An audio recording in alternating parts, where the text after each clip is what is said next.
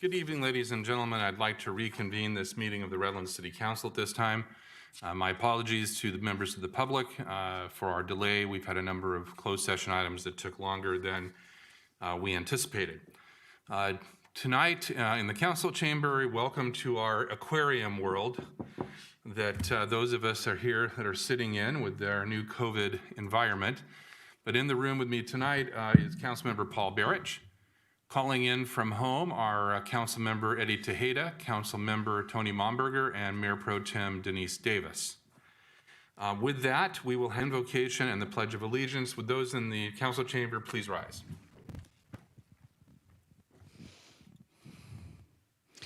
May love and charity overcome hate and violence.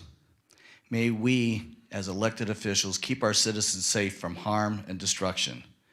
During this time when we cannot physically wrap our arms around each other, let us find a way to be loving embrace of God and our neighbors. Let us all thank our first responders, healthcare workers, grocery workers for their sacrifice. Amen. Amen. I pledge allegiance to the flag of the United States of America and to the republic for which it stands, one nation, under God, indivisible, with liberty and justice for all. Thank you, Councilmember Barrich. Mr. McHugh, closed session report. Yes, Mayor and City Council, by unanimous vote, the City Council settled a lawsuit with Verizon and AT&T, in which we were a relatively non-active party, for approximately $87,000 to the positive for the city. Thank you, Councilor. Other than that, no reportable action? Dan? That's correct. Okay. Right. All right, moving on to public comments. At this time, we will have the city clerk read into the record those public comments that were received before the end of business yesterday. Ms. Donaldson? Yes, thank you, Mayor Foster. The first ones I will read are general public comments. There are 4 of them.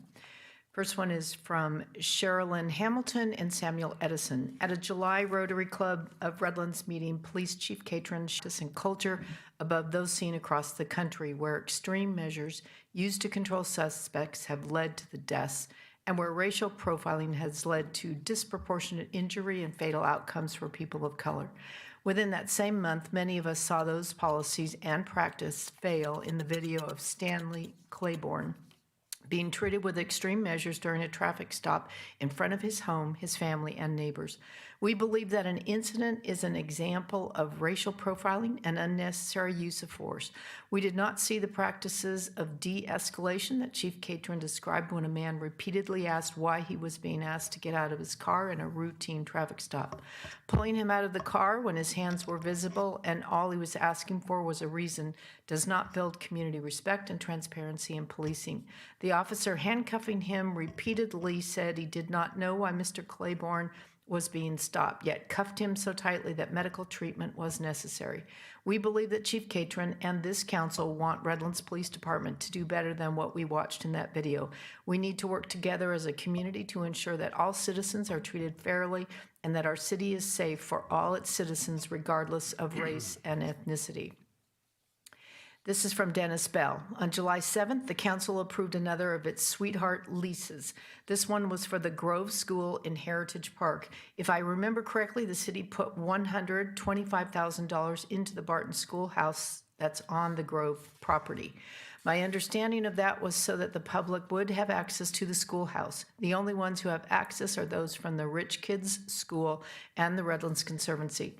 The city put untold amounts of money into Heritage with no park master plan. The city loves spending the public's money, buying property that's then severely restricted or even closed to the public. The public needs to take back control of its property from those who just want to use it for their own purposes. At the last meeting, the city manager provided a presentation regarding the city's future finances. He mentioned something about the lack of care of the city's buildings. When the Palmetto Grove was sold, a citizens committee led by former council member Harrison was appointed to divide the sale proceeds. Most of that money went for open space, citrus groves, and parks. The parks money was used for the gold-plated boondoggle skate park. Police and fire got little. At the end of that exercise, Harrison stated the city needed a capital improvement fund for its buildings and a vehicle replacement fund for big ticket items like garbage trucks and fire engines. So why wasn't the Grove proceeds used for those funds? That's the city's mismanagement, luxuries instead of essentials. This from Alvaro Valenzuela. I'm a college student who works for the Red Brennan Group. I spent time canvassing in Redlands, Grand Terrace, and San Bernardino, collecting signatures and getting to know the surrounding communities to help get Measure K placed on the ballot. Measure K calls for county supervisors to be paid $60,000 to match the median household income of San Bernardino County residents. Right now, they make over $250,000 every year. It's not fair for supervisors to be making this much money off the taxpayers when most people don't even know who they are. The voters agree with this sentiment, which is why over 70,000 registered voters across the county signed our petition. The county supervisors are scared of this, so they have placed their own initiative on the ballot in response to Measure K. Under the guise of a county charter rewrite known as Measure J, these supervisors are trying to secure their current 12-year term limit and secure their $250,000 pay. This is not right. There are unemployed taxpayers, moms and dads struggling to make ends meet during this pandemic, and small business that have either lost substantial revenue or shuttered their doors completely. Even now, the State Street businesses in downtown Redlands. Meanwhile, our supervisors think it is appropriate to give themselves a raise. I strongly encourage Redlands residents to read your ballots carefully when you vote this November 3rd. Don't fall for the county's tricks. Vote yes on Measure K and no on Measure J. Natalie Zuck. I've lived in Redlands for most of my life. My parents grew up here too. What I like about Redlands is that this city serves as an example for surrounding communities to aspire towards. People in Fontana, San Bernardino, and Yucaipa go to downtown Redlands for a nice night out because they don't really have a downtown area of their own. People in surrounding communities look to us not only for inspiration but for guidance. While out gathering signatures across the county for the Red Brennan Group, I proudly introduced myself as Natalie from Redlands. I like Redlands, it's a good city, was a consistent response I received. From Grand Terrace to Hesperia, all the way to Yucca Valley and everywhere in between, Redlands had a reputation for greatness throughout the county, and voters knew that not only did I come from a great community, but that I was fighting for a great cause too. I am strongly encouraging the residents of Redlands to once again serve as an example to San Bernardino County residents so that we can continue to thrive and give surrounding communities the tools they need to thrive too. Don't let politicians weigh us down. Vote no on Measure J. I would like to discuss if anything is being planned to assist Redlands small businesses during this extremely difficult time, especially Redlands small business owners that also live in Redlands. I called this morning to see if any discounts are being offered, to find out they are not. This item is H12 Resolution 8128, one-year extension for commission review and approval from the consent calendar. This from Dennis Bell. It's real interesting. Someone wants to build a 10,000 square foot bank building next to a 15,000 square foot bank building that's been vacant going on 2 years. But that's typical Redlands. Keep building new buildings when it can't keep old ones occupied. This item is item I2, Fire Department Assessment Study, presented by Citygate Associates, LLC. This from Dennis Bell. It is my understanding the consultant wasn't supposed to deliver the study to the city until December. Now it shows up right before the election as a justification for passage of the sales tax increase. And right behind that next spring is the huge sewer and water rate increase for the rebuild of the neglected sewage treatment plant. This increase will double ratepayers' bills in 5 years. The Chicken Little city keeps crying the sky is falling. Yes, it certainly is on the pocketbooks of the city's residents to pay for the city's mismanagement and misdirected spending priorities. Sorry, I'll go in the other room if you're listening. You are listening. This is item K3, tentative track map, number 16878. Lone Chang is the applicant. This from Doug Juritsma, Senior Vice President, Land Advisors, Inc. I previously had submitted a letter of support recommending approval of a development agreement for tentative track number 16878. It was read at the July 21st City Council meeting. Since that time, as expected, we have received 3 letters of intent from very qualified, well-capitalized, publicly traded home builders. We are expecting additional offers prior to the September 1st City Council meeting. Each of these very capable builders is eager to secure a residential project in Redlands.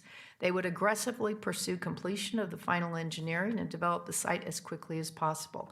As previously mentioned, the development of the Lone Chang project represents a wonderful opportunity to provide upscale housing in the north side of Redlands.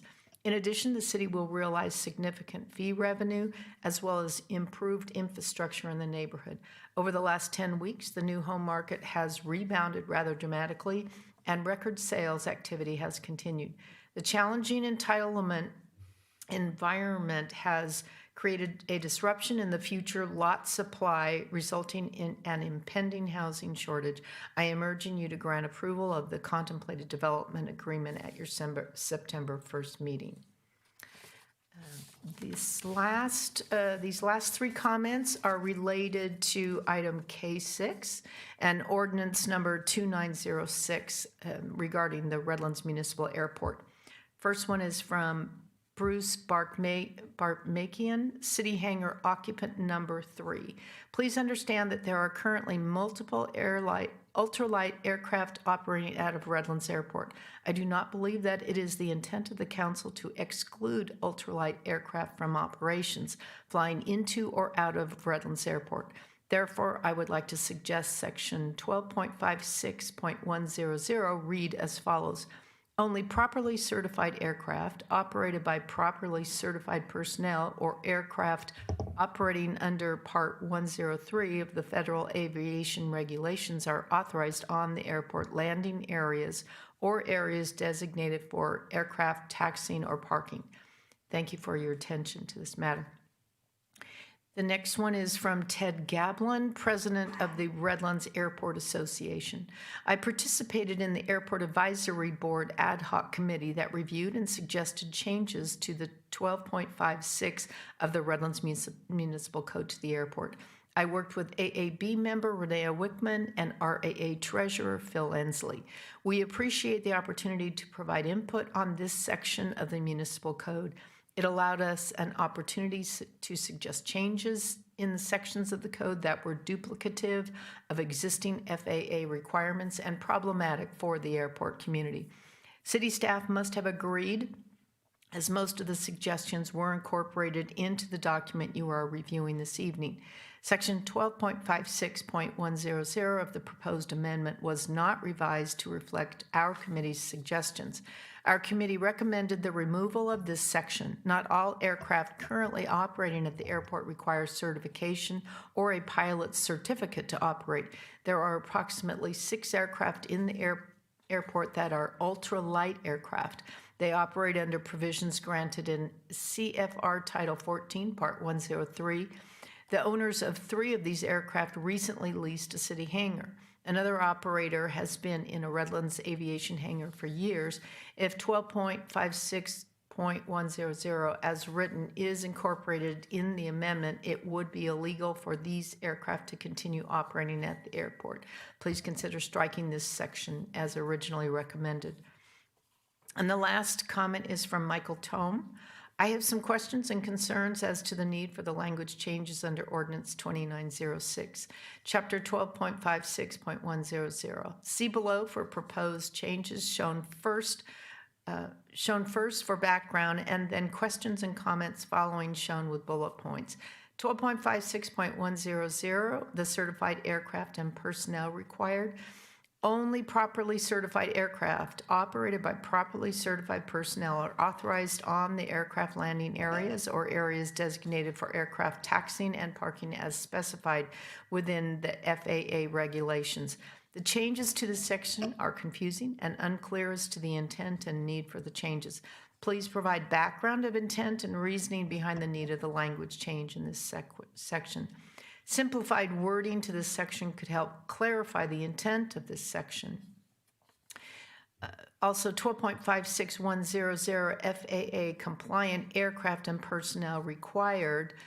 Only FAA compliant aircraft and personnel are authorized on the aircraft landing areas or areas designated for aircraft landing areas or designated for aircraft taxiing and parking as specific within Federal Aviation Administration regulations. That's all that I have. Thank you, Ms. Donaldson. Again, we appreciate every member of the public's participation in sending us communications in this unusual situation that we have during the pandemic. We thank you for that again. At this time, we'll move to the consent calendar. I have a request by Councilmember Barrich to pull item H3, but I would entertain a motion to approve the balance of the calendar. So moved. Second. It's been moved by Councilmember Barrich, seconded by Councilmember Tejeda. Madam City Clerk, would you please call the roll? Councilmember Barrich. Aye. Councilmember Tejeda. Yes. Councilmember Momberger.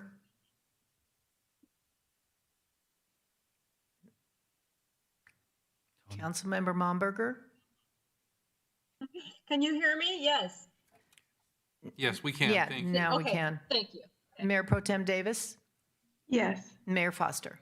Yes, motion passes unanimously. The item pulled for comment by Councilmember Barrich is the authorization of an issuance of a proclamation declaring September 8th, 2020 as Adult Literacy Day in the city of Redlands. Councilmember Barrich. Thank you, Mayor. I appreciate that. As people know, the literacy program is really dear to my heart, and I do everything I can to continue that program. And I know how much Lincoln means to people in the city of Redlands with the Lincoln Shrine. And so I'd like to read a quote that Abraham Lincoln gave September 30th, 1859, address before the Wisconsin State Agricultural Society about reading. A capacity and taste for reading gives access to whatever has already been discovered by others. It is the key, or one of the keys, to the already solved problems.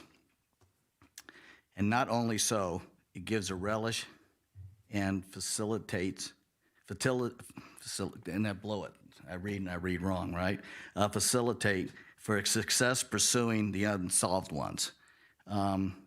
You know, I think that could really, even though it was addressed in 1859, I think it would hold true any time. So I encourage everyone to read. I'm very excited that the library is going to be open very soon. Thank you to the city manager for arranging that and the library staff. So I'd encourage everybody to go back to the library and read. Thank you, Mayor. Thank you. Would you like to make the motion to approve the resolution? I would like to make that motion, yes. Proclamation. Is there a second? Second. It's been moved by Councilmember Barrich, seconded by Councilmember Tejeda. Madam City Clerk, would you call the roll? Councilmember Barrich. Yes. Councilmember Tejeda. Yes. Councilmember Momberger. Yes. Mayor Pro Tem Davis.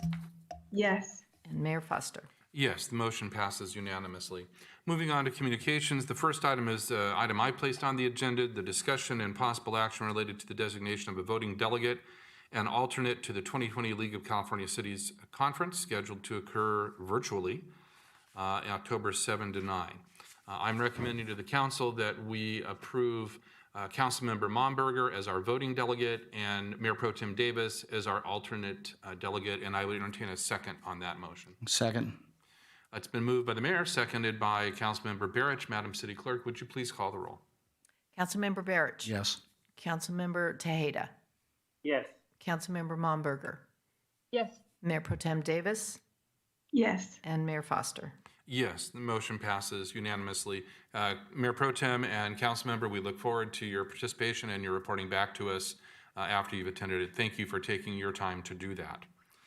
At this time, we'll move on to the next communication item, which is a receive and file report on the results of the Fire Department's Deployment Assessment Study and Standards of Coverage Technical Report from Citygate Associates. Fire Chief Topolesky. Good evening, Mayor and Council. Since 2008, which was the last time the department was evaluated on its service delivery model, efficiencies and standards of coverage, many things have changed. To name just a few, That would be call volume, response times, and the ability to get to those that need our help in a timely manner. We're obviously, as Citygate will find out, will demonstrate that geography and travel times for our apparatus is in question at the moment. In September 2019, we contacted Citygate, and they were chosen to evaluate the department to provide a 5-year strategic plan and a standards of coverage evaluation. The first of those two is tonight. The second, the strategic plan, which will be the finality of our contract with Citygate, will come to fruition in December. As you know, Citygate and Associates has over 25 years of experience in the field of public safety service delivery analysis and evaluation. For over the past year, staff has worked closely with Citygate's management team and their senior fire and emergency specialist, Chief Sam Mazza, who will present tonight. Chief Mazza has over 40 years of experience in the fire service and was a Type 1 incident commander, which is the highest level of all the incident management teams that manage large and very complex incidents, not only in the state of California, but throughout the nation. And I'd like to welcome you, Chief Mazza, who will begin the presentation. Thank you, Chief. Welcome, Chief Mazza. We look forward to your comments.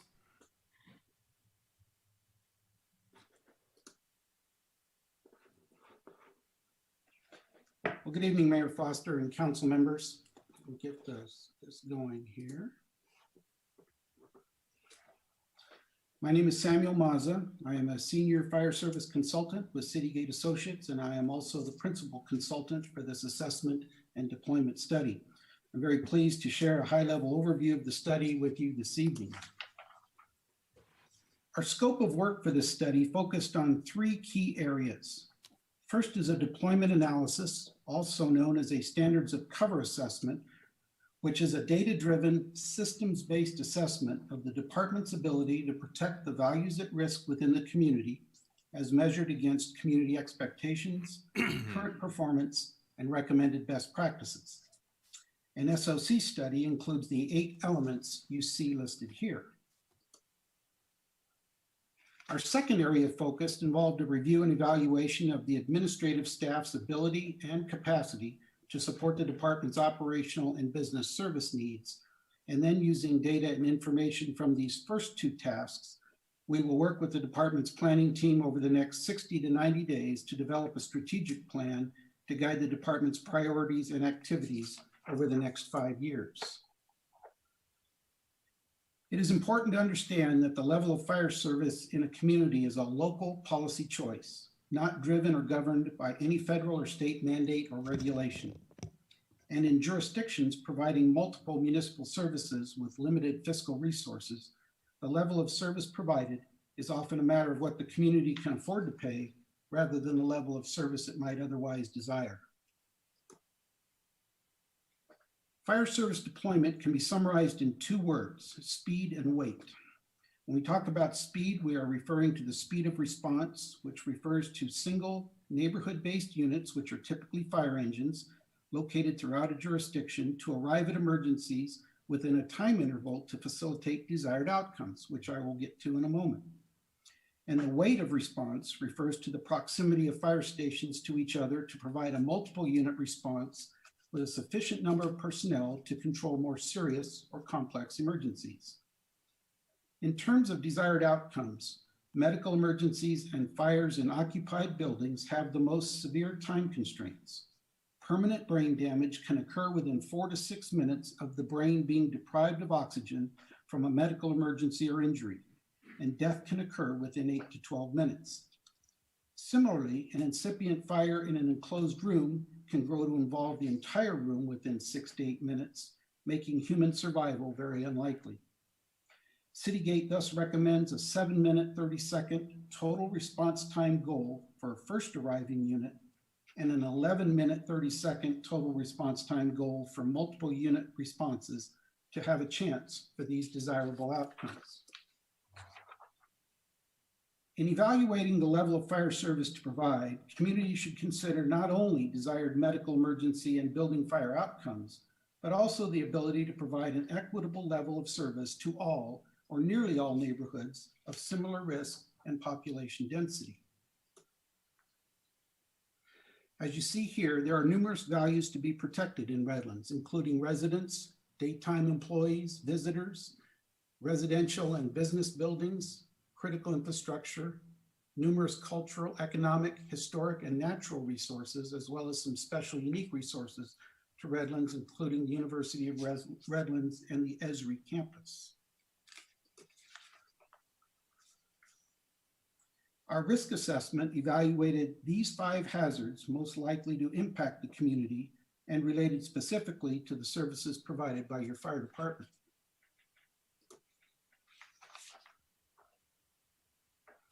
Our assessment evaluates frequency of occurrence based on prior historical rate of occurrence by hazard type, and these impact severity factors to arrive at an overall risk rating for each hazard. Here you see the resultant risk ratings ranging from low to high for each of the 6 hazards by fire station response area.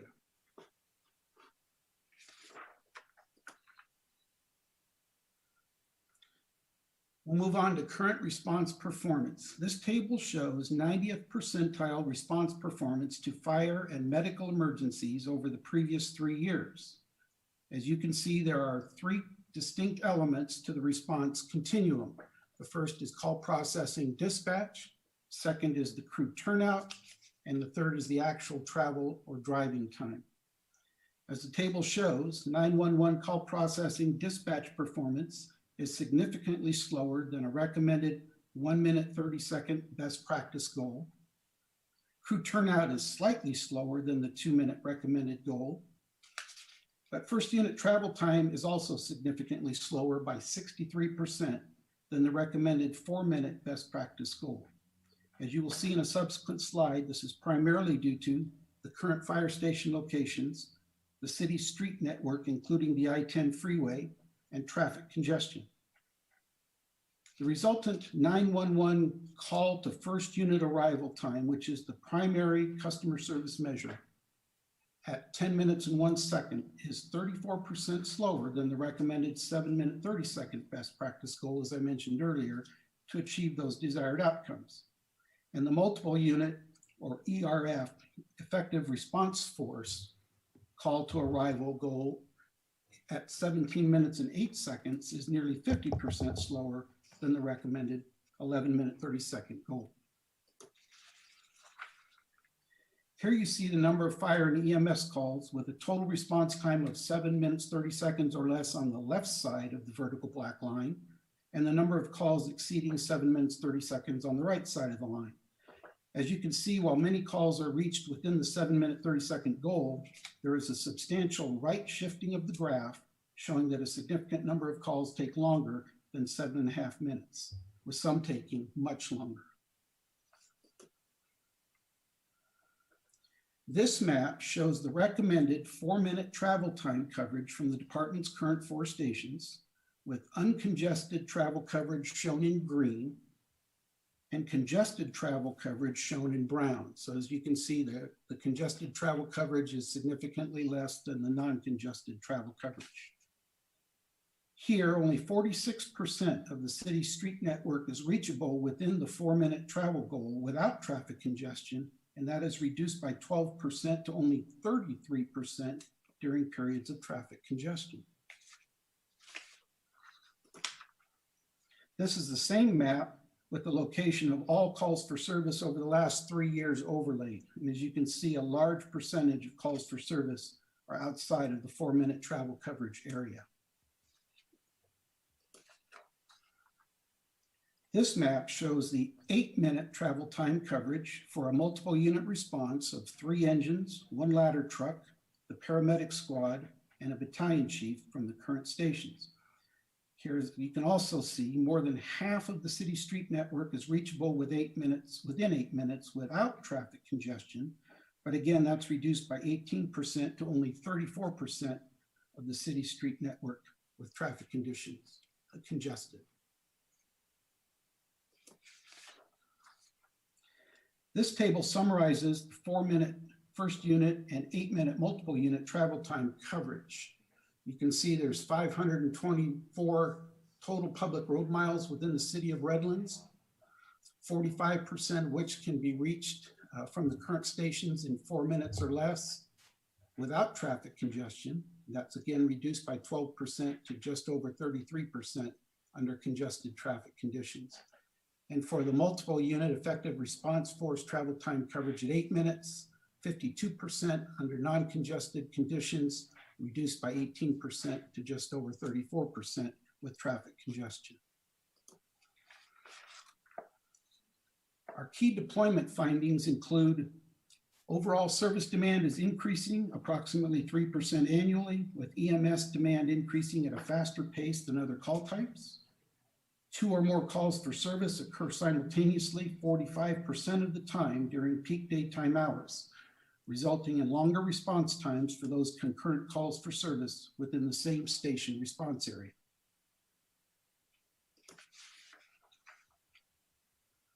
Here again is a summary of current response performance. First unit call to arrival is 34% slower than the 7-minute 30-second goal. Multiple unit call to arrival performance 49% slower than the 11-minute 30-second goal. And the fire station locations can provide 4-minute non-congested travel time coverage to only 46% of the city's road segments, and that's reduced to only 33% under congested traffic conditions.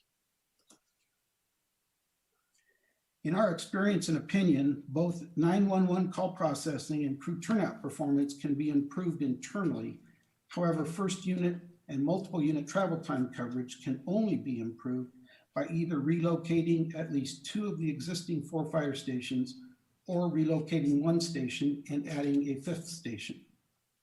In addition, the current daily staffing level is adequate to handle 1 moderate complexity multiple unit incident and 1 concurrent single unit incident, with a high probability, in our opinion, that any 1 multiple unit emergency will deplete all on-duty resources.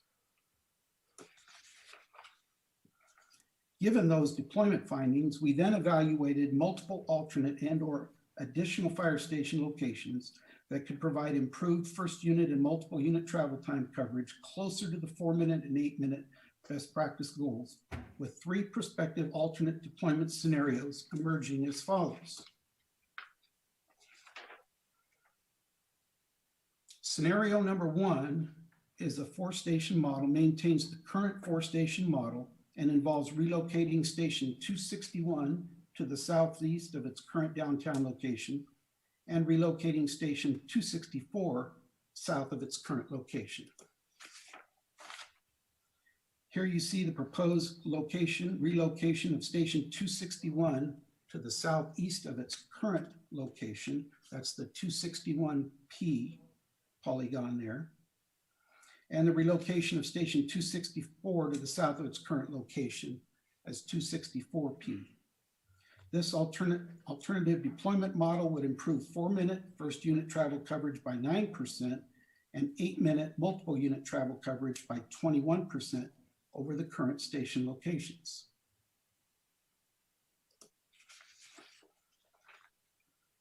Scenario number 2 is a 5-station model involving relocating station 261 northeast of its current location and adding an additional station 265 with an associated additional staffed response unit in the south central section of the city. Here you see the proposed relocation of station 261 into the northeast quadrant where it's labeled 261P, and the proposed location of an additional 5th station in the south central section of the city labeled 265 New. This model would improve 4-minute first unit travel coverage by 16% and 8-minute multiple unit travel coverage by 20% over current station locations. Scenario number 3 is also a 5-station model involving relocating engine 261 to a new station 265 in the northeast quadrant of the city, relocating station 264 south of its current location, relocating the medic squad 264 to current station 261, and replacing truck 261 with an all-hazard quint apparatus. Here you see the location of the proposed engine 261 to the northeast quadrant, now labeled 265 new. The relocation, the proposed relocation of station 264 southeast of its current location, labeled 264P. The relocation of paramedic squad 264 to current station 261 downtown, and the replacement of truck 261 with an all-hazard quint apparatus. This model would improve 4-minute first unit travel coverage by 11 to 12% and 8-minute multiple unit travel coverage by 14 to 18% over current station locations. This table summarizes the current 4-minute first unit and 8-minute multiple unit travel time coverage on the shaded line and the travel time coverage gains for each of the 3 scenarios below that.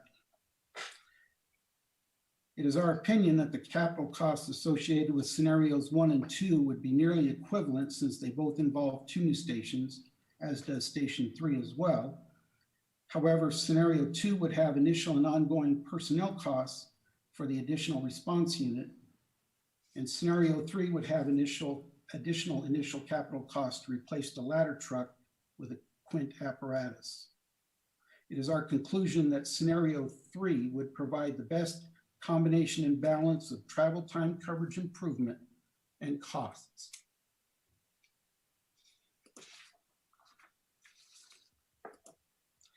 Our key findings relative to administrative systems and management capacity include the department's administrative organization is, or was at the time of our assessment, appropriately sized, staffed, and organized to fully support all of the department's current and near-term future operational, support, administrative, and business service needs.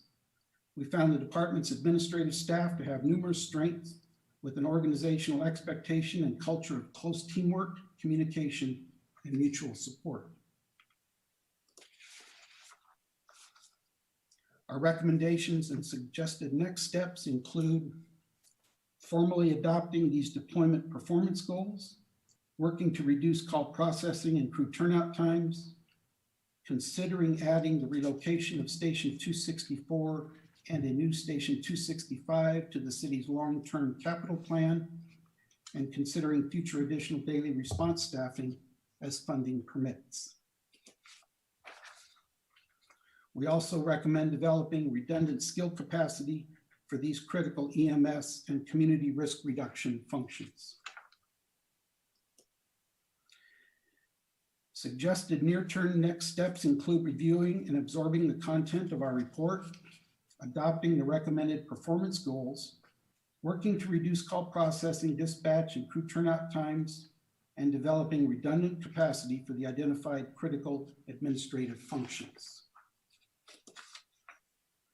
Longer-term recommendations include monitoring response performance, unit workload, simultaneous incident activity and growth impacts, consideration of replacement of the paramedic squad with an all-hazard type vehicle, consideration of an alternative deployment model to improve first unit and multiple unit travel time coverage and related response performance, and planning for additional daily response staffing. That was a lot of information. It concludes my presentation, and I would be happy to address any questions. Thank you, Chief Moss. I appreciate it. On behalf of the council, we're grateful for your time and your delineated presentation tonight. Are there questions of the chief from members of the city council at this time? Yes, Chief, I have one question, or not just a, excuse me, not a question. I just would like to see the map once again with the optimal area coverage with the stations and all, the proposed stations. Which one's the optimal? So is this the chart you were referring to? No, the one that's a map. So let me show you this first. So what this shows up there in the shaded line, the top shaded line is what your current station locations can provide in terms of 4-minute first due travel time coverage and 8-minute multiple unit travel time coverage. So then the line below that, you see over on the right, scenario number 1 provides the best improvement in multiple unit travel time coverage, 8-minute travel time coverage over the other two scenarios. Scenario 2 offers the most improvement in 4-minute first unit travel time coverage. But scenario 2 is the most expensive of the three scenarios. Scenario 3 is essentially cost equivalent to scenario 1, except for the cost of converting the truck to a Quint apparatus, and offers improvement over both the current service model and scenario 1. So that's why we're recommending scenario 3 as offering the best balance of improved travel time coverage and cost. And I can go back to that scenario 3 if you'd like to see it. Yes, please. That's this one. Okay, thank you. I just wanted to give also the public the opportunity to digest that a little bit. Okay. And so the only new fire station that would be perceived in here would be the 265 new, correct? That is correct. There- And movement of 264 from its current location where that green dot is, Right, south to the new location. okay, As I mentioned earlier, we tested many different scenarios here, but these were the three that, in our opinion, offered the best improvement. Others left holes in various areas of the city that we felt would be unacceptable. right. And again, this is not an easy overnight fix. We recognize that. It's going to take money and time to improve your coverage. Thank you. Other questions from members of the City Council? Okay, hearing none, thank you again, Chief. Chief Topoleski, anything you want to say in conclusion? No, I'd just like to thank Chief Mazza for the time that he took to put this together and the back and forth that we had to figure out the most best practices that we can implement, keeping in mind budgetary constraints. So thank you, Chief Mazza. I greatly appreciate your time, and we look forward to developing the strategic plan in the coming months. Thank you, Chief. Thank you again, gentlemen. At this time, the item will be received and filed. Proceeding on then to the next item under communication is the report regarding emergency resolution number 8065, proclaiming the existence of a local emergency in response to COVID-19. Chief Topoleski. Mayor and Council, as you're quite aware, March 17th, 2020, a local emergency was proclaimed due to the global COVID-19 pandemic. Since that declaration, the city's Emergency Operations Center remains activated virtually at level 3. While there have been some recent encouraging trends in the rate of infection, impacts to public safety, healthcare centers, and public service delivery, the pandemic and its effects continue to beleaguer the way federal, state, and local governments provide services. The lasting downstream impacts from the pandemic are yet to be fully realized, but it is clearly evident that public health and safety and economic loss are of great concern. To date, Redlands has experienced over 1,600 confirmed cases and, unfortunately, 83 deaths. Operations within the city remain focused on providing service within the guidelines provided by the Center for Disease Control and Prevention, the California Department of Public Health, and San Bernardino County Public Health Department. City staff is continuing to adjust service delivery approaches to best reach the public, provide ongoing support to the community and local business, public safety, and developing sufficient caches of personal protective equipment and sanitation supplies. The latter remains a significant challenge, particularly in the area of protective gowns and disinfectant. I'm happy to answer any questions that you might have. Thank you, Chief Topoleski. Questions from member of City Council of Chief Topoleski? Thank you, Chief. We appreciate the work that you and your team and all of the first responders are doing in town. Thank you very, very much on behalf of the City Council and the entire community. All right, moving along, we will move to the first public hearing. I'll declare this public hearing open. This is an item regarding from Property One LLC, being the applicant, on a resolution number 8121 for a conditional conditional use permit for a sign. And Development Services Director DeSatic. Thank you, Mayor. I am going to ask Emily Elliott, our contract planner on this item, to do the presentation. Ms. Elliott. Thank you very much, Mayor and members of the council. I do believe there's a PowerPoint presentation, and I'm not sure if it's up for you to see. Currently, it is not, Emily. Okay, I don't know if we should wait a moment to see if that comes up. We have it in our agenda packet. I'm not sure it will come up, so Okay. perhaps you could proceed. Sure. All right. Well, thank you. So the proposal before the City Council tonight is a revision to the Uniform Sign Program for the Packing House District.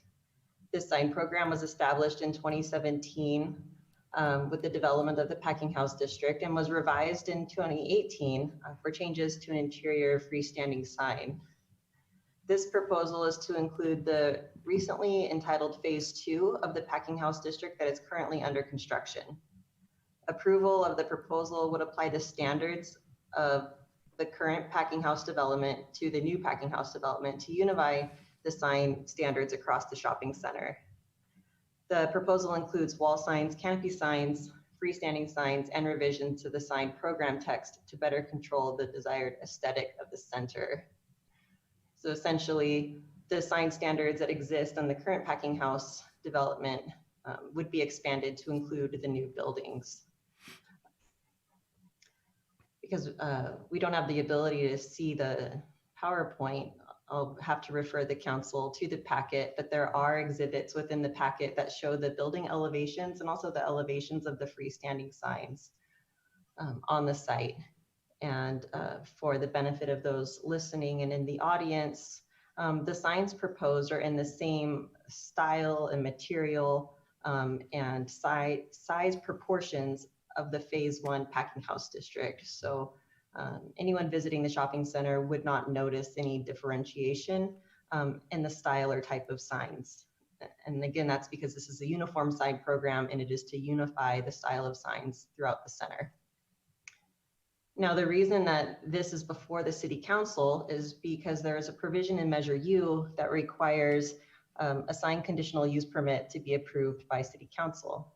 That conditional use permit is triggered when there is a sign greater than 120 square feet, and in which case the roof sign and the identification sign for the Sprouts building exceed that 120 square feet. So anytime we reopen this sign program, those signs are there, it will trigger a City Council review. But there are no signs exceeding that size within Phase 2 of the packing house district. So staff has analyzed the proposal for consistency with Phase 1 of the packing house district and for consistency with the downtown specific plan and the Redlands Municipal Code. And this proposal is compliant with all of the above. It was also determined that the sign program amendment is exempt from further environmental review per section 15311 of the state CEQA guidelines. This section exempts accessory structures and on-premise signs from analysis under CEQA. With that, the Planning Commission voted 5-0 to recommend that the City Council adopt the City Council Resolution 8121 to approve sign conditional use permit number 22, revision 2. And then myself and applicant are available to answer any questions. Thank you, Ms. Elliott. Questions of Ms. Elliott or the applicant from members of the City Council about the proposed sign conditional use permit? I just have a comment. Yes, Councilmember Tata. I really like the packing house district. It looks beautiful. The comment was with the sign that is, which one is it that's oversized? Is it the one that's facing the 10 freeway, or is it the one that's facing the front or in the front of the building? There are two signs in Phase 1 that exceed that 120 square feet. The first is the roof sign that faces the 10 freeway, and the second is the Sprouts sign that is on the face of the Sprouts building. Okay. And was there any, and now this is a question, I guess, was there any consideration given to whether or not the name of our community, Redlands, was readable from a certain distance? Because I do have trouble seeing it. And I don't know how important that is to anybody, but I think it's It should be important if we're gonna make a sign that has our name on it, that the city of Redlands be readable, at least in the color that is selected for that. But that's all the comments I had. Thank you, Councilmember. Any other council members with questions or comments? Hearing no further, then I would call upon the applicant if you have anything else you'd like to add at this time. Hearing none, Madam City Clerk, did we receive any written comments from the public? No written comments were received. Thank you. I'll close the public hearing at this time and return it for a motion from the City Council. I move that the City Council adopt resolution number 8121. Second. It's been moved by myself, seconded by Mayor Pro Tem Davis. Madam City Clerk, would you please call the roll? Councilmember Barrich, Yes. Councilmember Tejeda, Yes. Councilmember Momberger, Yes. Mayor Pro Tem Davis, Yes. and Mayor Foster. Yes, the motion passes unanimously. Moving on to the next item for a public hearing, we have public hearing to consider resolution number 8130. It was a street vacation located at 1765 West Lagonia Avenue at the intersection of Plum and Idaho. At this time, Development Services Director DeSena. Thank you, Mayor. This application is to vacate an 8-foot wide strip of excess right-of-way that extends approximately 200 feet on the current site of what is the Spring Hill Suites Hotel that's currently being developed at 1765 West Lagonia Avenue. In 2004, when an adjacent property was being developed, a prior street vacation was approved to vacate the northern portion of Idaho Street, which is on the western side of this site, of the hotel site. And in doing so, they neglected to vacate an 8-foot wide strip of sidewalk that was adjacent to the street portion of the right-of-way. And that piece of right-of-way remains to this day. It's part of the parking lot for the Spring Hill Suites, so it certainly has no public use at this time, and it's a cleanup item, and we're recommending that the City Council approve the vacation. Thank you, Director DeSatna. Questions of the Director at this time from members of Council? Hearing none, is the applicant present and wish to address the Council on this item? Hearing none, Madam City Clerk, were there any written testimony from the public? There was no written comment received. At this time, I'll close the public hearing and entertain a motion from the City Council. I move the City Council adopt resolution number 8130. It's been moved by Councilmember Tejeda, seconded by Councilmember Barrich. Madam City Clerk, would you please call the roll? Councilmember Barrich. Yes. Councilmember Tejeda, Yes. Councilmember Momberger, Yes. Mayor Pro Tem Davis, Yes. and Mayor Foster. Yes, the motion passes unanimously. Moving on to new business. The first item is the consideration of an agreement with the University of Redlands to participate in the 2021 work-study program. I understand that, Mayor Pro Tem, you have a conflict on this item. That's correct. I need to recuse myself since U of R represents a source of income. Thank you, Mayor Pro Tem. So you are recused at this time, and we will turn it over to Assistant City Manager McConnell for the staff report. Ms. McConnell. Oh, okay. Thank you, Mayor and members of the City Council. The item before you is to approve the agreement with the University of Redlands to participate in the 2021 Work-Study Program. This is an annual agreement with the university to allow eligible students to gain practical work experience by interning in various departments. Students participating in this program are paid $13.75 per hour. The university pays 60% of this cost, with the remaining 40% covered by the city. Departments that have sufficient funding can request placement of work-study students.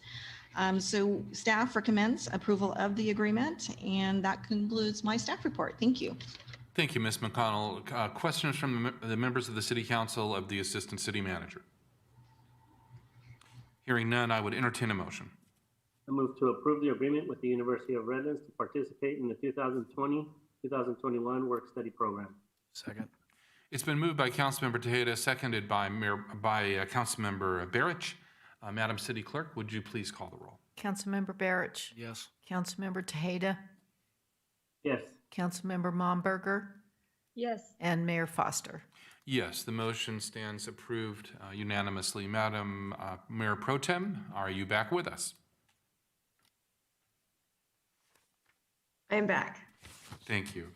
The next item before the council is the consideration of ordinance number 2915, amending chapter 5.12 of the Redlands Municipal Code relating to verified response requirements for audible burglar alarms.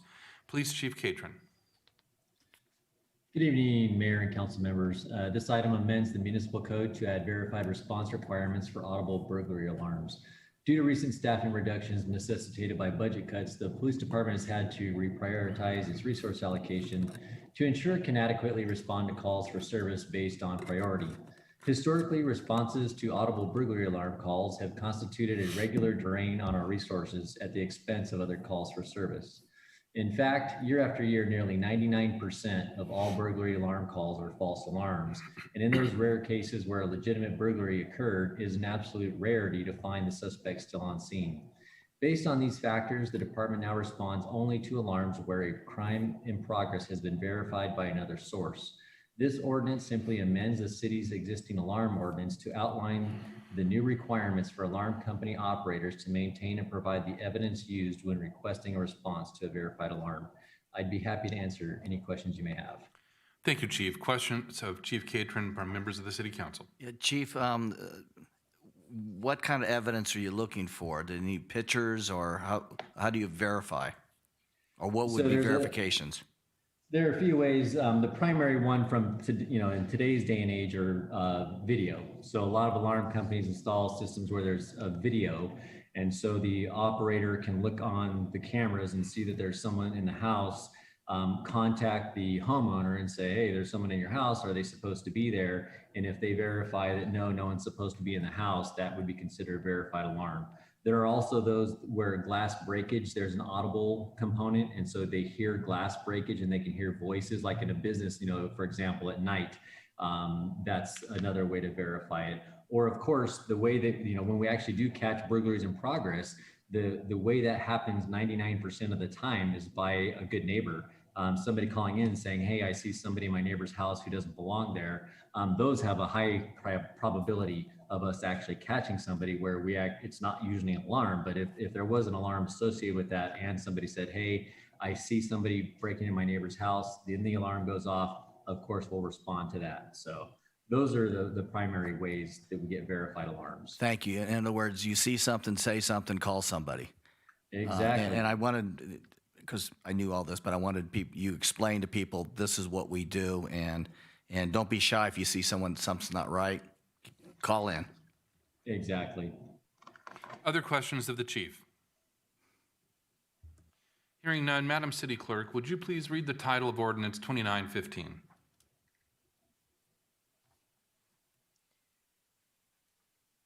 Just 1 minute. Ordinance 2915, an ordinance of the City of Redlands amending Chapter 5.12 of the Redlands Municipal Code relating to alarm system businesses and the establishment of verified response requirements. I move to waive further reading of and to introduce ordinance number 2915. Second. It's been moved by Councilmember Tejeda, seconded by Mayor Pro Tem Davis. Madam City Clerk, would you please call the roll? Councilmember Barrich, Councilmember Tejeda, Yes. Councilmember Momberger, Yes. Mayor Pro Tem Davis, Yes. Mayor Foster. Yes, the motion passes unanimously. The next item of new business is the consideration of a proposed development agreement for a tentative tract map number 16878 located at the southwest corner of North Wabash Avenue and East San Bernardino Avenue. Development Services Director DeSantis. Thank you again, Mayor. This item was presented to the City Council at the July 21st meeting with only 4 council members at that meeting, and a motion to act was split on a 2-2 vote. The council directed that this item come back in September when all 5 members were present. The item involves an application filed by Lone Chang LLC for a development agreement for tentative tract map number 16878. The map consists of 76 single-family lots on a 41-acre site that was originally approved on April 5th, 2005. The project site is located at the southwest corner of East San Bernardino Avenue and North Wabash Avenue. The map, when originally approved, was valid for 2 years per the city's municipal code. Subsequently, the map received 6 one-year extensions from the city, which is the maximum number of extensions permitted by the city's municipal code.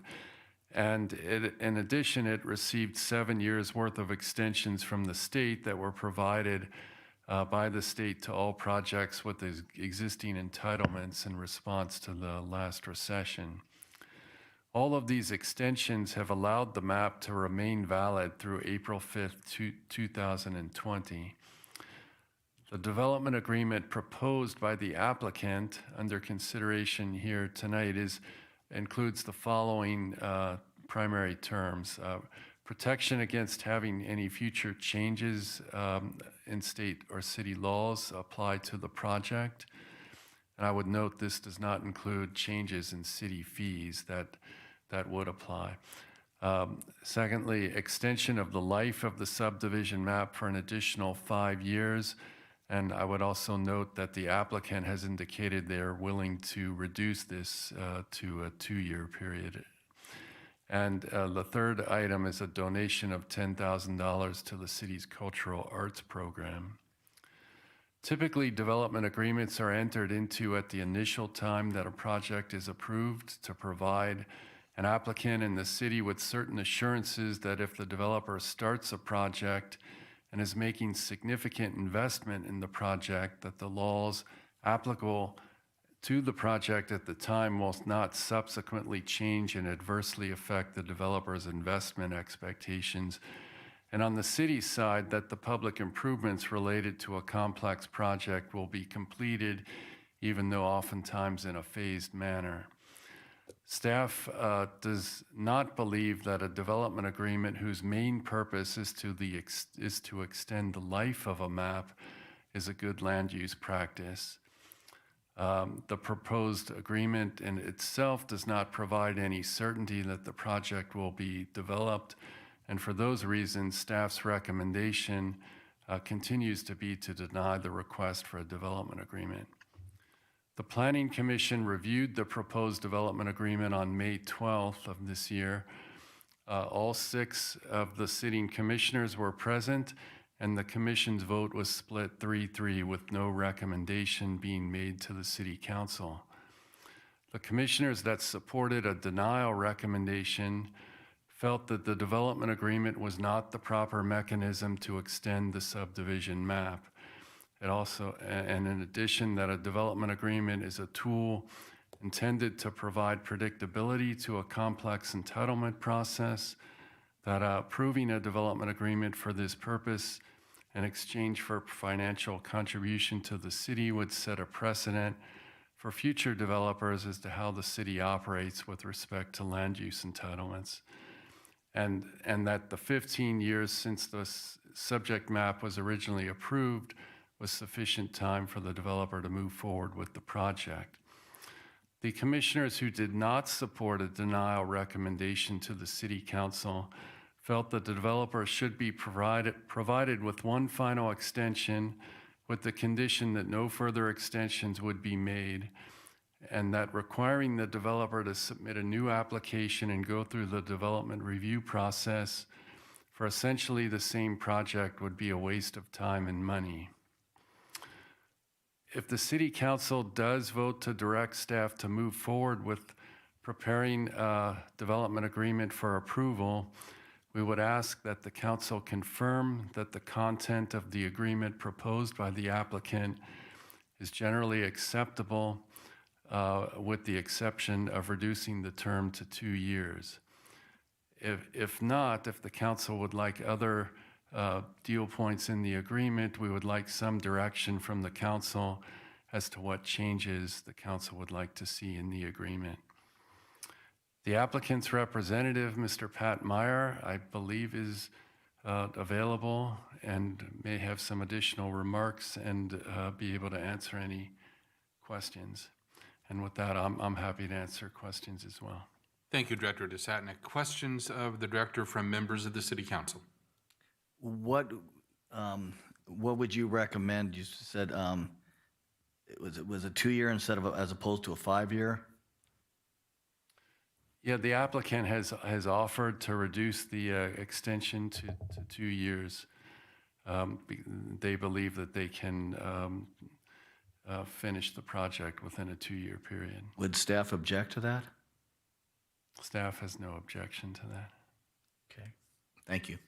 Other questions from members of the City Council of Director DeSatnik? Just to note that one thing I would not support is protecting the where the request was made to protect against any future changes to state and city laws to be applicable. I cannot prove that. Thank you, Councilmember Tejeda. Any other questions or comments? I would like to reiterate my comments, Mayor. Councilmember Momberger. From last meeting. The municipal code in Redlands was written to keep projects from getting more than 2 years behind our city code. And the spirit of our law is that you get 2 years.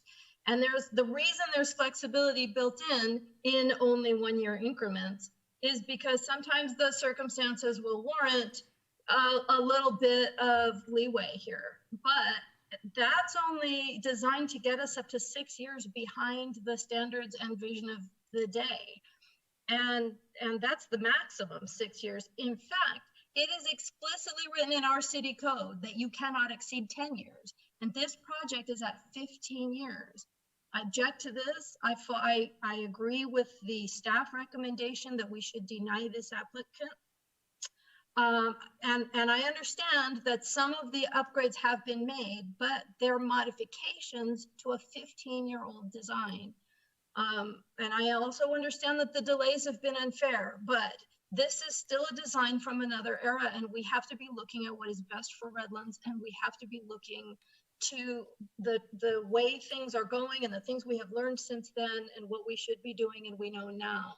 Denying further extensions does not reject this project. I understand that it creates a hardship on the applicant, but our priority has to be what's best for Redlands. When a builder is ready to move on this, they would need to just submit a fresh application, submit a fresh agreement, and be in compliance with the current city codes and the general plan criteria. I also agree that we should not be exempting them from any, in perpetuity, from any new state regulations or city regulations. I'm highly uncomfortable approving this against such strenuous staff recommendations, such well-reasoned staff recommendation, and in the absence of a planning commission recommendation. And these are big red flags for me. This agreement is in contradiction to the city's original intent, and the staff clearly says this is not good land use policy or good precedent. I understand that there has been a surge in developer interest for this site. And I'm not surprised by that. It's a great spot, and that only confirms that this is a great site for development. We are going to attract other projects. We're not in danger of letting this site sit undeveloped. But what we need is a forward-thinking project. So I also know that there's a revenue element, but I also know that the staff who is struggling with our budget and who is prioritizing being a good steward of our income and our revenue knows that and still recommends that we deny this item. So that is my position on it. Thank you, Council Member. Any other comments or questions from members of council?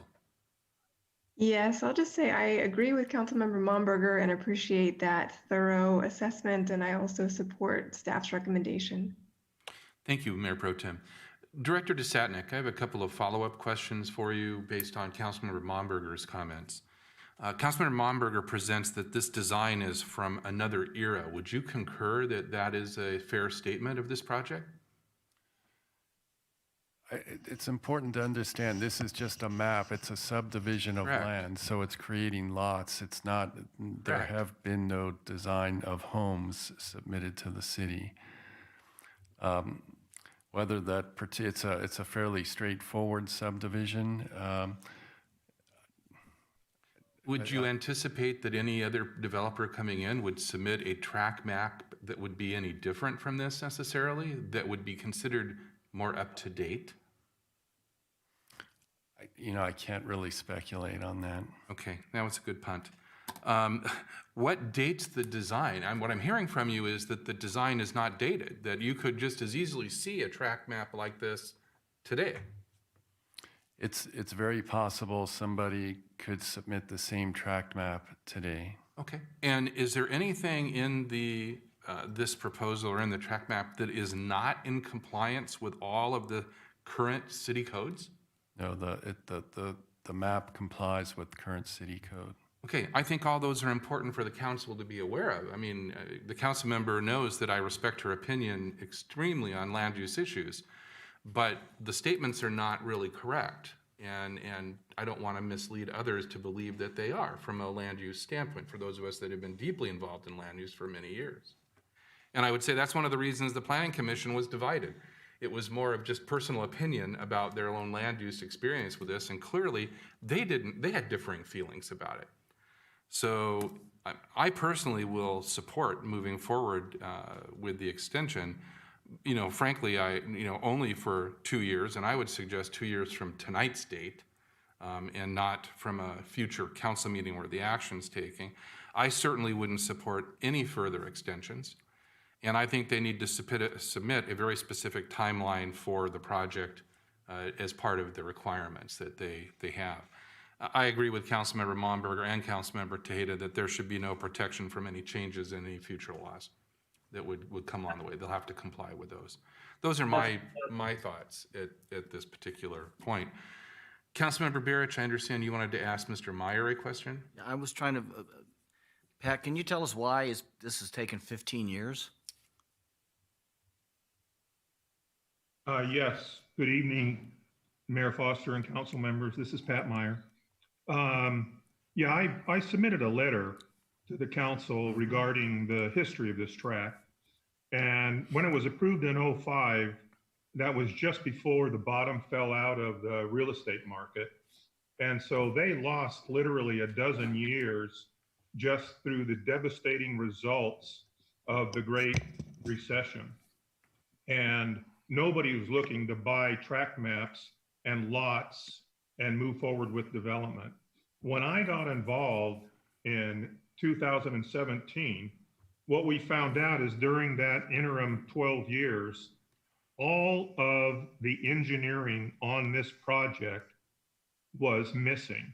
The engineering company that prepared it was no longer in business, and all of his digital records were missing.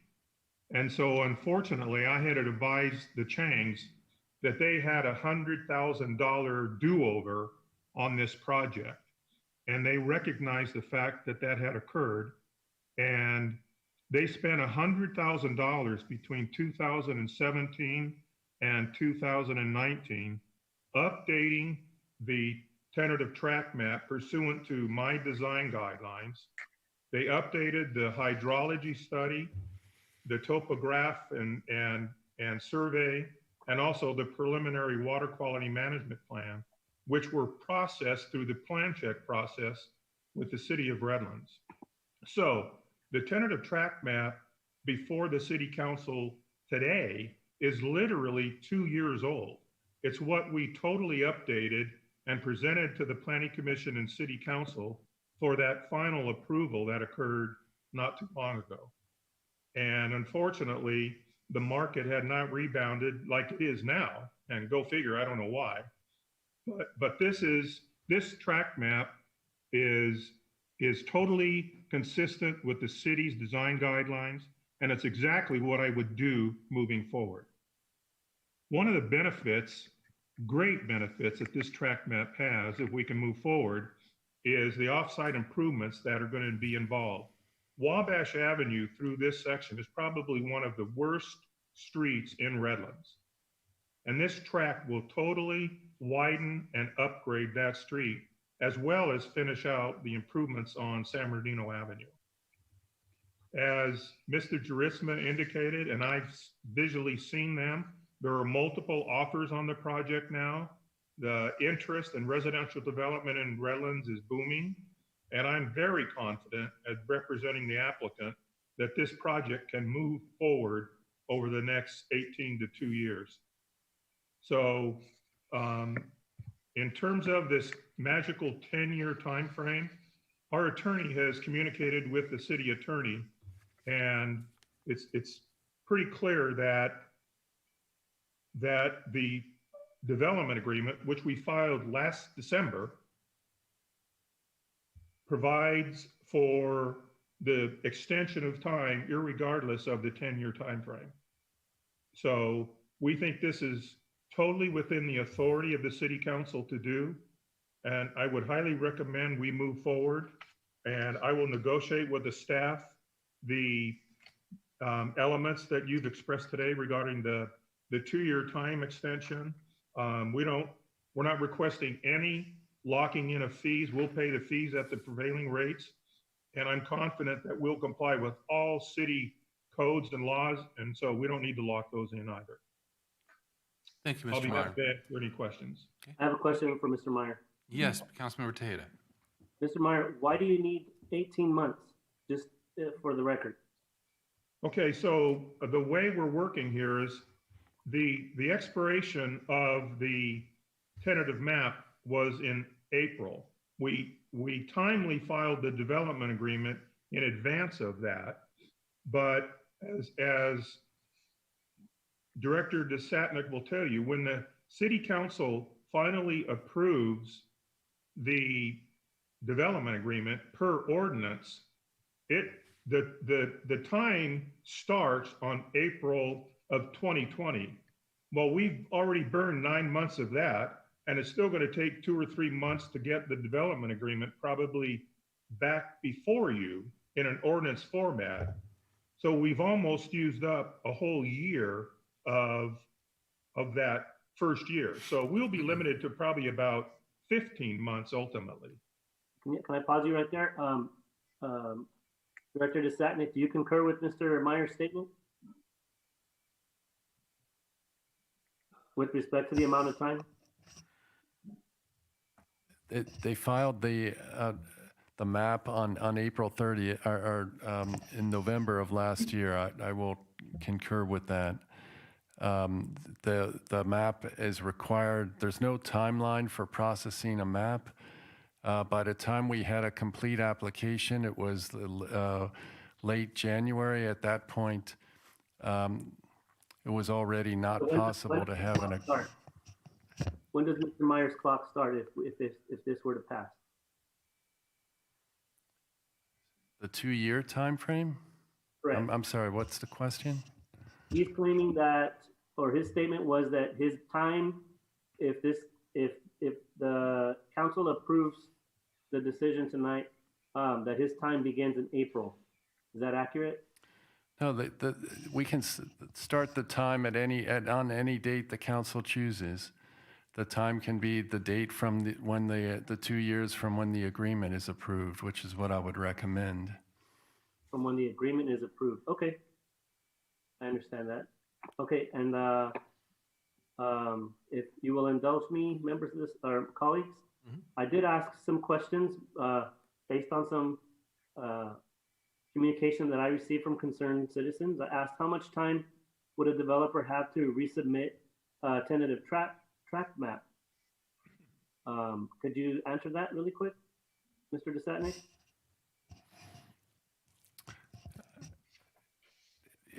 If the agreement is let to expire, then there's no time frame. They can submit it at any point in time.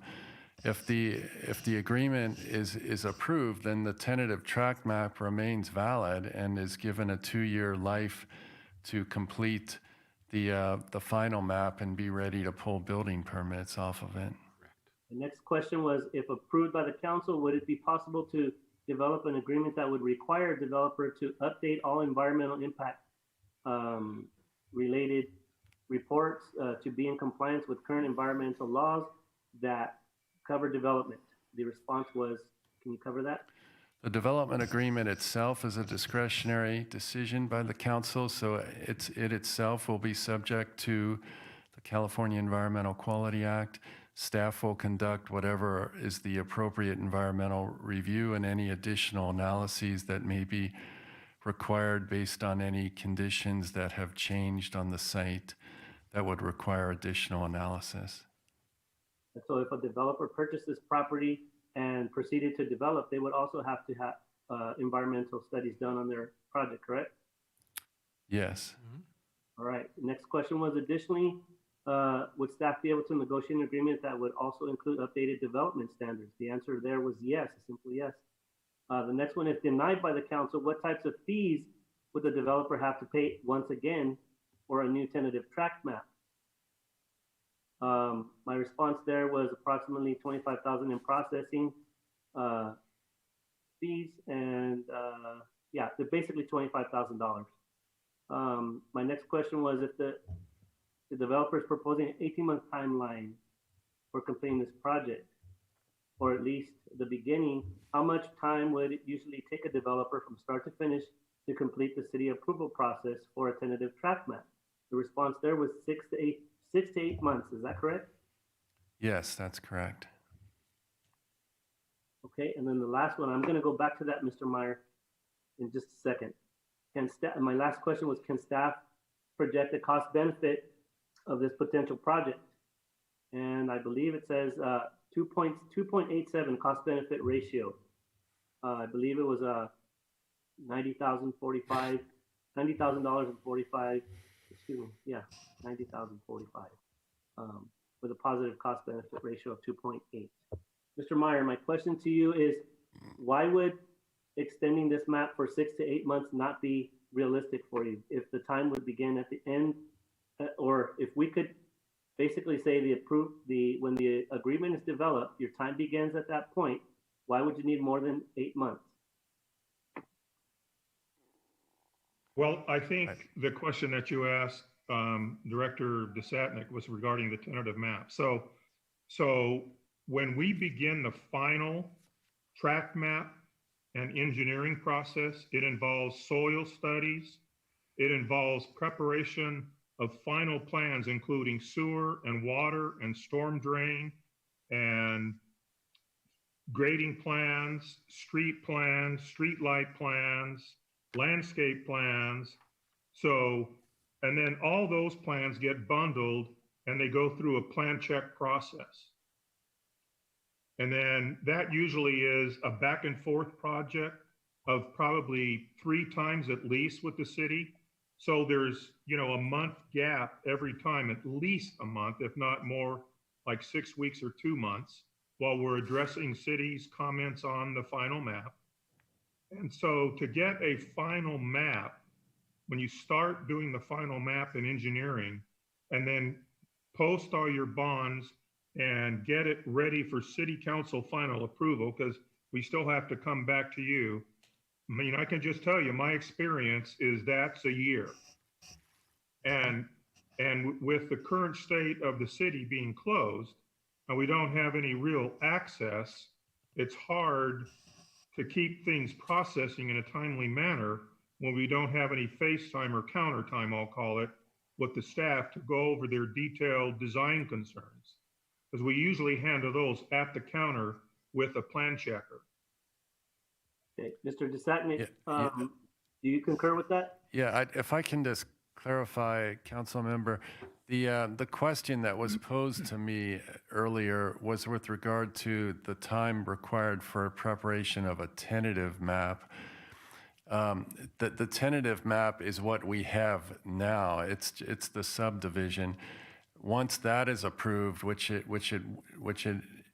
currently is, then the next phase of the project is the preparation of the final map, which includes all these engineering plans that Mr. Meyer just referred to. That actually is a longer process. That's why they need additional time. If the question had been posed, how long will the final map take, I would not have responded in 6 to 8 months. I would have said it's 12 to 18 months. There you go. 12 to 18 months. Okay. Thank you for answering my questions and thank you for indulging me, colleagues. Thank you, Councilmember Tejeda. Any other questions or comments at this time? Yes, Mr. Myers mentioned a legal aspect that was, his lawyer talked to our lawyer. Dan, do you concur with his statement? The legality of extending? Yes, Councilmember Barrett, I would say late last week, I received a phone call from Phil Kahn, who is the attorney with Rutan and Tucker, who represents the applicant, the Chang Family Trust. And I had spoken with Mr. Kahn earlier with respect to this matter, and also at that date, and we had a good conversation. Mr. Kahn also did send over a letter to me in draft, and I can tell you right now, because one council member has asked, Mr. Kahn asked that I not transmit that letter to the city council. So I just wanted to put that on the record too, even though I have a copy. I think the one thing that I can say from our conversation with Mr. Kahn is that he and I both concurred that there is no definitive law on this issue. You see staff's recommendation, including the city attorneys, that we think the better reading of the statute at issue is that this is not a permissible extension with the development agreement. However, there's no black and white prohibition to do that, to prohibit it. There's no black and white prohibition or express approval. So that's kind of where we stand. It's a unique circumstance, unusual given the facts that we have here. So you have all the pros and cons, if you will, that the city attorney and staff have presented to you in consideration with this document. So right now you have that policy decision on whether or not to use this mechanism, the development agreement, to extend the map. Okay, so in other words, the bottom line is that we would, if we extended it, we would be within our legal means. Is that correct? I can't tell you for certain that it would be illegal. I can tell you our reading is such that we think the better reading of the law is that this is not the appropriate mechanism to use for extending the agreement and the map. Thank you. It's not illegal. Any other questions at this time of Yes. Director Councilmember Monberg? Yeah, I would like to address a different issue. There's a donation specified in this agreement to the Arts Commission, or not the Arts Commission, but the Arts Fund. And I would, I'm going to not support this, but if it ends up passing, I would request, if somebody makes a motion to support this, that the money, which feels weird to me, but that the money would go to the Citrus Enterprise Fund instead of the Arts Fund. But yeah, that's it. Mayor, I'm against any kind of, much as you know, I like any kind of money we can get from any of our is good, but to me, it kind of looks like they're buying something, and to me, it looks like I'm very uncomfortable of that, especially since being the controversial item we have right now. I'm not, personally, if you're asking then, I'm not interested in asking the applicant to make any donation to anything. If the applicant wants to do that on their own, yeah, fine, if they want to write a check, I just don't like it to be part of. I'm not even interested in that at all. Okay, so, in other words, if they want to do it on their own, fine, but I just don't want a public record that they are going to. We're not asking them for it, in my opinion. Okay, all right. It's in the agreement. Would we have to specify that be taken out? Right. That's in the alternate motion. We tell them the negotiating points, and we could direct staff to remove that from anything. And I would like that removed. Thank you. Other questions or comments? I had one, but I just slipped my. Oh, can somebody speak to the 10-year in the municipal code? I think we'd need clarification on your question, council member. Councilmember Momberger references that explicitly, that the municipal code explicitly states that 10 years is the maximum. City Attorney McHugh. Yes, Mayor, my recollection is that in the provision of the municipal code dealing with the expiration and extension of maps, that it references Government Code Section 66452.6, which is the subdivision map act section that we've been dealing with on whether or not this development agreement is an appropriate mechanism to extend this tentative map. So the municipal code references the state subdivision map act, and two are somewhat in sync with each other, obviously, because the MAP Act controls. That 10 years comes from that first section of that government code section that I just mentioned. Thank you. Does that help, Councilmember Tejeda? Yeah, so the answer is it does appear in the municipal code.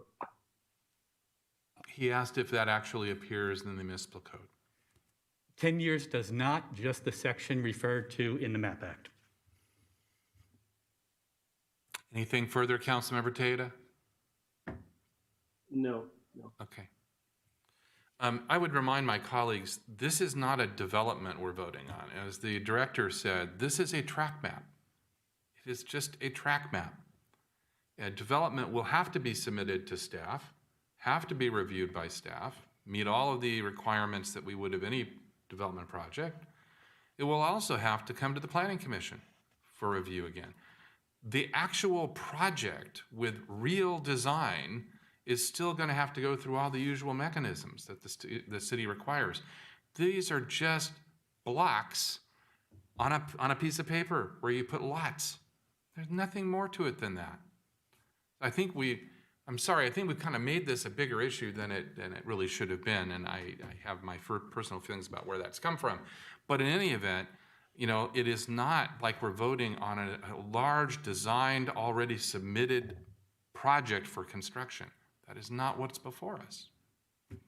Anyway, at this time, I would entertain a motion. Okay, this is Tony Momberger with no recommendation being provided by the Planning Commission to the City Council and no recommendation for approval of the proposed development agreement by city staff. I'm reading the wrong part. For the reasons stated in the staff report and considering the verbal and written testimony provided to this City Council, I move to deny the application requesting that the city negotiate and process a development agreement for tentative track map number 16878. Is there a second? It's been moved by Council Momberger, seconded by Mayor Pro Tem Davis. Madam City Clerk, would you please call the roll? I'm sorry, make sure I clarify. We're denying the request? That's Is that the what we're doing? motion that's been made. Okay, that's what I thought. Councilmember Barrich. No. Councilmember Tejeda. Yes. Councilmember Momberger. Yes. Mayor Pro Tem Davis. Yes. And Mayor Foster. No. The motion passes 3-2 with Councilmember Barrich and myself dissenting. Moving on to the next item of business before the City Council is the consideration of a resolution number 8126 adopting a 5-year Measure I capital improvement program. Municipal Utilities and Engineering Director Chow. Thank you, Mr. Mayor and City Council members. I'm seeking for your approval on resolution number 8126 to adopt the Measure I 5-year capital improvement plan. As required under Measure I, local jurisdictions who receive annual revenue will need to submit an adopted 5-year CIP. Our submittal is outlined under Exhibit A. In essence, identify our 5-year needs under the city's pavement management plan. That concludes my presentation. I'm available to answer any question you may have. Thank you. Thank you, Director Chow. Questions from members of the City Council of Director Chow? Hearing none, I would entertain a motion. I move to adopt resolution number 8126. Second, apologize for that. Madam City Clerk, would you please call the roll? Councilmember Barrich. Yes. Councilmember Tejeda. Yes. Councilmember Momberger. Yes. Mayor Pro Tem Davis. Yes. And Mayor Foster. Yes, the motion passes unanimously.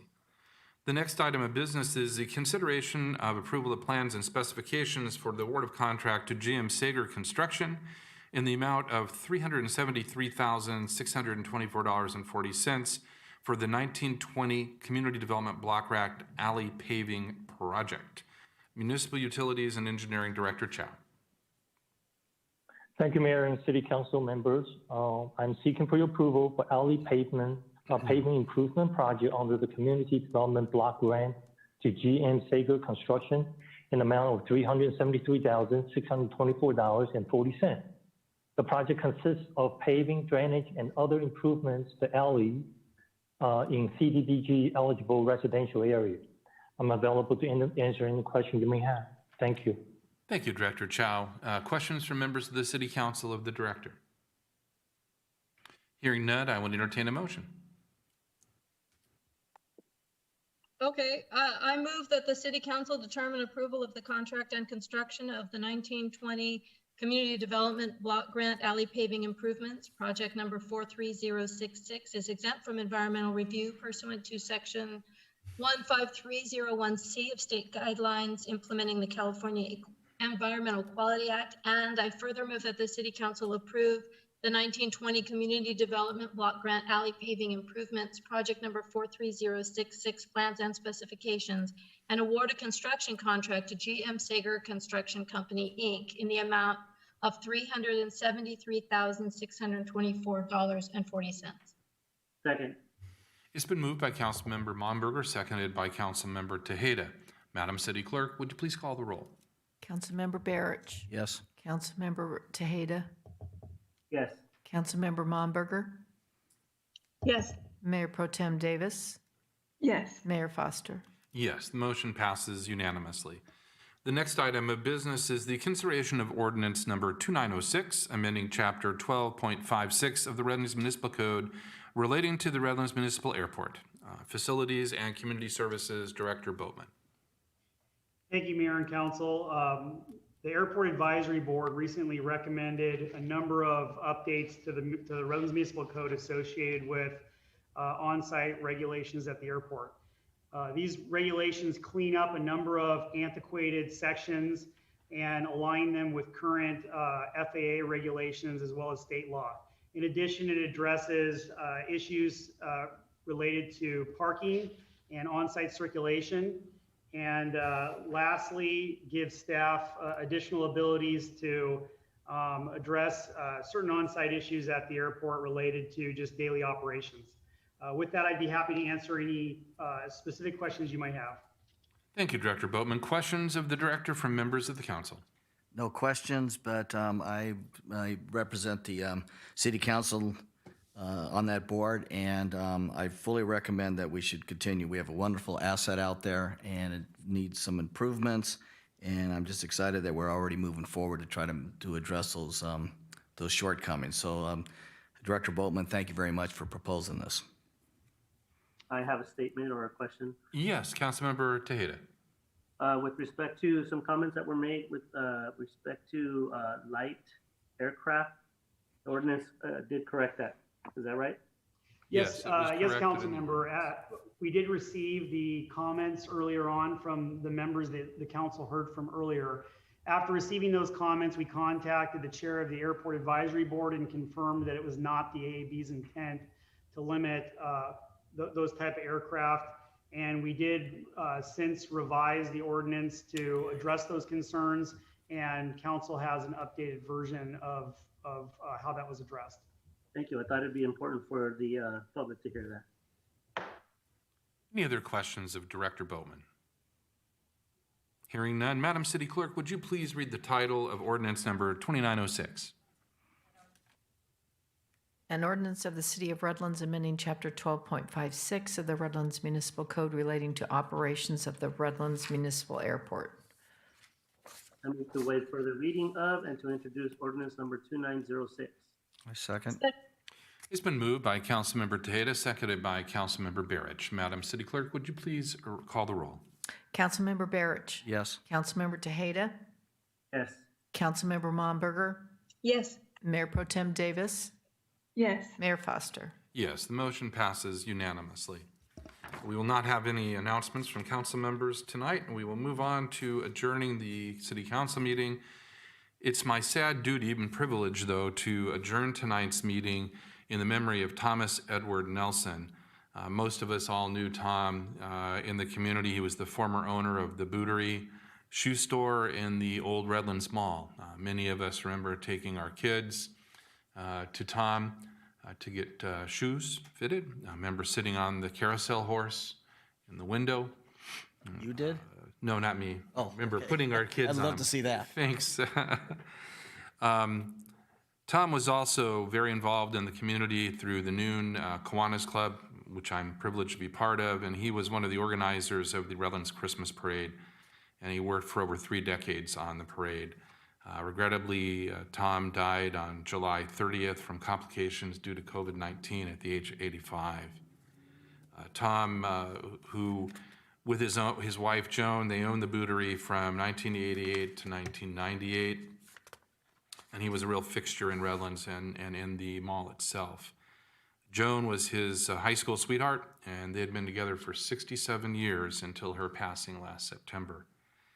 When he retired, Tom went back to the shoe business, and he worked at Godchalk's. Many of us remember Godchalk's, where he greeted many longtime customers and made new ones. In 1990, when Tom and other community members found out the Redlands Christmas Parade might be canceled permanently, he stepped in with them and helped. And he continued to work with the parade as the new Kiwanis was the sponsor of that parade for many, many years.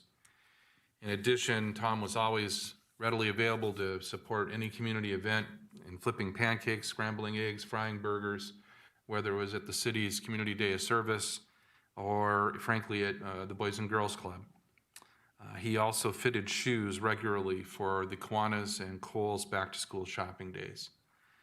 He will be missed in this community. He was a gracious, kind, loving, and dedicated Redlander. And those of us that got to call him friend, we have a big void in our life, but we will miss him very much. So it's my privilege tonight, on behalf of the City of Redlands and the City Council, to adjourn this meeting in the memory of Tom Nelson. Our next regular council meeting will be held September 15th, 2020. At this time, I will call to order the meeting of the successor agency of the former redevelopment agency of the City of Redlands. Are there any public comments that's been received, Madam City Clerk, for the agency? No public comments were received. Thank you. At this time, I would entertain a motion to approve the minutes of our regular meeting of July 7th. So moved. Second. It's been moved by Director Barrich, second by Director Tejeda. Madam City Clerk, would you please call the roll? Director Barrich. Yes. Director Tejeda. Yes. Director Momberger. Yes. Vice Chair Davis. Yes. And Chairman Foster. Yes, the motion stands approved unanimously. We stand adjourned. Thank you, everybody, for being here tonight.